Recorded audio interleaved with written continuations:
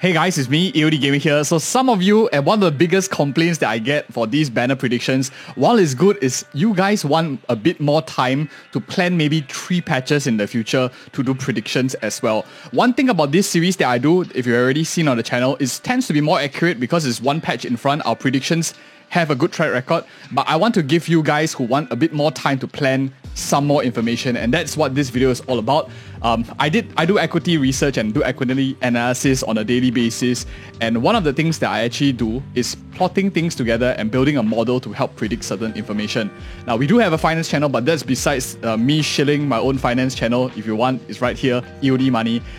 This model is basically helping us predict what is the next 3 banners over here. So I have actually devised a 2.5, 2.6, 2.7 for those of us who want to plan at least 3 patches in future.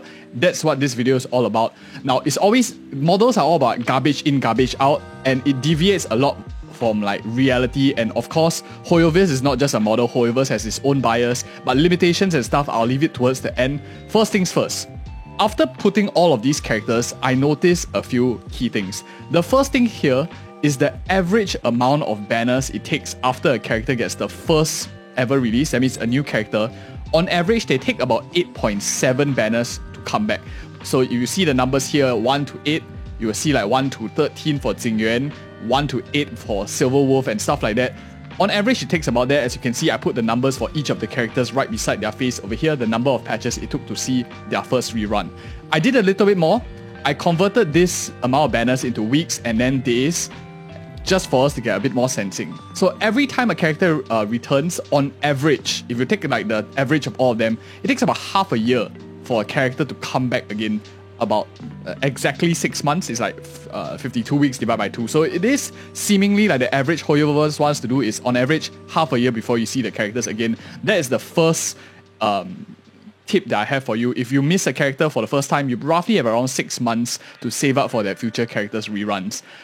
What is the minimum? What's the maximum? Because there's a deviation to all of this. So far, the earliest a character has came back is in 7 banner cycle, and it tends to be like popular DPSs or maybe Harmony characters. They tend to come back within like 7 banner cycles. As you can see, like Sparkle here is 7, Runmei is 7. You have like Kafka, Blade, maybe not so much Blade as a popular DPS, but Kafka was quite popular. Imbibitor Lunia is quite popular. 7/7 on these guys. No real trend here that we are seeing in terms of what is in the 7, but it seems that Harmony characters tend to come back faster than they do not. 13 max here was Jingyuan. Jingyuan is the longest rerun, but we still have some that are like 12, 11, so it's not a significant outlier. So it can be roughly between maybe around 5 months to a character that has almost not come back in like 9 months. So your deviation is quite large. To prepare for it, I would say 5 months saving for a character is very, very accurate. On average, if you see a new character that's coming into the game. But more so than that, I think a few other important things of statistics that we put in to build our model is, first of all, popular DPSs, I modeled it as 7 or 8. What is my definition of a popular DPS? Popular as in sells very well, because it's all about how you monetize better when you put a rerun. So Jingliu here, 8. You have characters, for example, Imbibitor Lunia was super popular, 7. Jingyuan maybe is an outlier, but Zila was popular back in her days. She came back in 8 patches as well. Characters, for example, like in future, maybe more DPSs might come back in 7 or 8. But so far, that's like the key popular ones. Why do I think popular DPS are slightly on the low end? Is because DPS tend to get pile crap. They want to sell you the DPS as quickly as possible, so they maximize the amount of value, move on. It makes sense logically, so I'll put this in the model as well. I always like to like fact check the model to see whether it makes sense.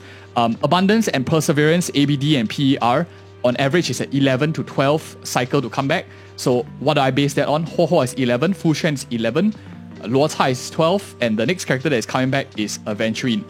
And of course, last but not least, we have the rule is first rerun has never happened and should not be taken into account into the model when we are predicting future trends. Now that we have all of this information, then there's all these information when it's fed in, then builds this model here that we're going to predict. So I grade out basically if you had your first rerun, I don't assume that any of these characters are coming back.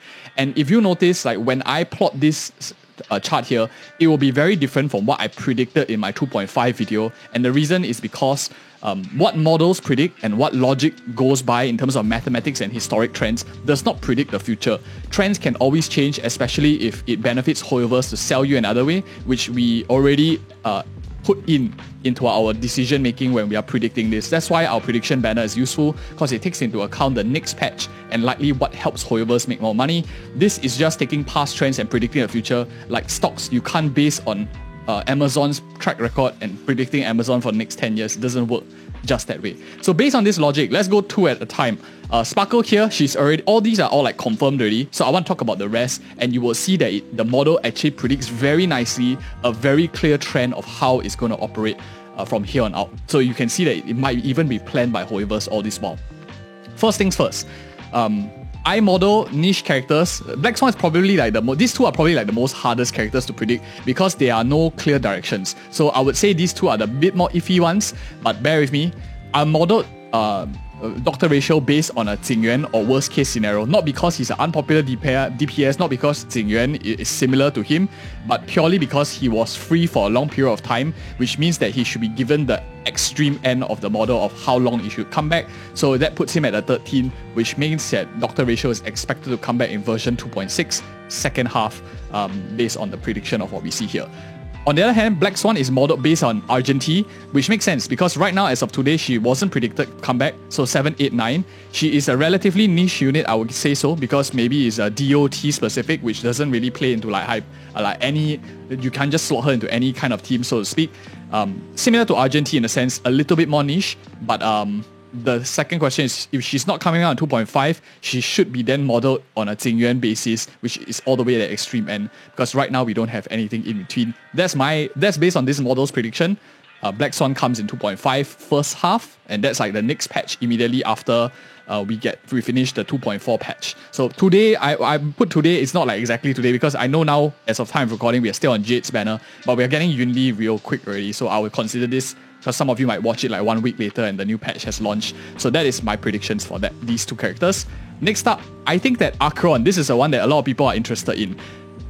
The Aventuring prediction here is a little bit different from ours, but based on the model here, if we take into account the predictions of Fu Xuan and a character like Luo Ca Ho Ho, Aventuring should be coming back in 2.7b or 2.8a. So each box here that you see, so if 2.4 is already released, means that you have 6 weeks to save. So if they come out here, like Black Swan, it means you have 6 weeks to save, and every box you see thereafter is 3 weeks. So you just keep plusing 3, 3, 3, 3, you can count when they're kind of come out. So you can see here, you have at least 1, 2, 3, 4, 5, 6, 7, 7 times 3, 21 weeks, roughly around 4 to 5 months to get Aventuring based on what the model is predicting.